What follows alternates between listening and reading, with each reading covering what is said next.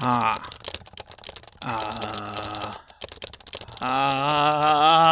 What is happening? It takes a very specific brand of lunatic to think that an exciting story can possibly start with the phrase, "So then I downloaded a new open source font." It's convenient, then, that I am in fact exactly that brand of lunatic, so that I can bring you the remarkable chunk of video game history that is Fontemon. Fontemon.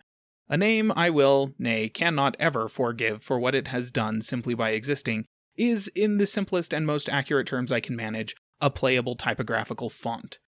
It's happened again. That good old seizure-inducing cognitive dissonance. I am simultaneously horrified and fascinated by the implications of this thing, because as I said, this is a literal font. You can download it for free given that it's open source. It's Times New Roman or Helvetica, a file that contains serif designs and kerning information to be used by a word processor, browser, code editor, or whatever to display text on a screen or printed document. It's a font, except when you use it to enter text into whatever text editor we're talking about, it renders out a short typography-themed parody of a Pokemon game, in which you take your starting Fontemon and pit them against various gym leaders' creatures in an effort to be the best, or whatever. The creatures themselves are all sarcastically named after a font being eaten by a Pokemon, and the actual gameplay is basically taking a multiple choice test with instant grading and an undo function. The game screens progress as you enter text, but for the most part it doesn't matter what text you enter, just mashing the keyboard will work fine. Then you'll be given choices you'll respond to with an A, B, C, or sometimes D, and the game will play out the branch that you just selected. In terms of gameplay, it's not unlike a text-based adventure game from back in the days when graphics rendering was limited to 180 characters, though the actual graphics are, somehow, still better than that.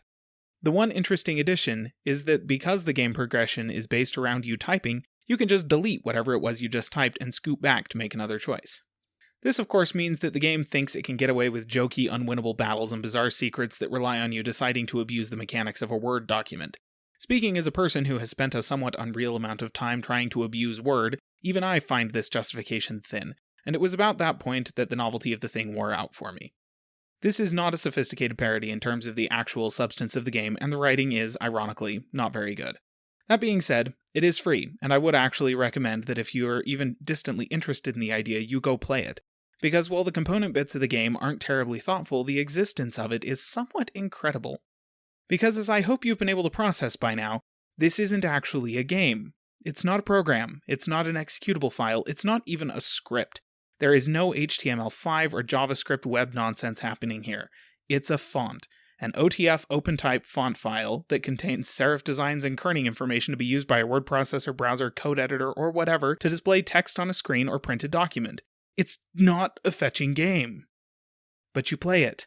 It's black magic as far as I can tell, and I want you all to give it a try mainly to prove that I'm not caught in the most bizarre hobby integrative bit of fever-induced dreaming I can imagine.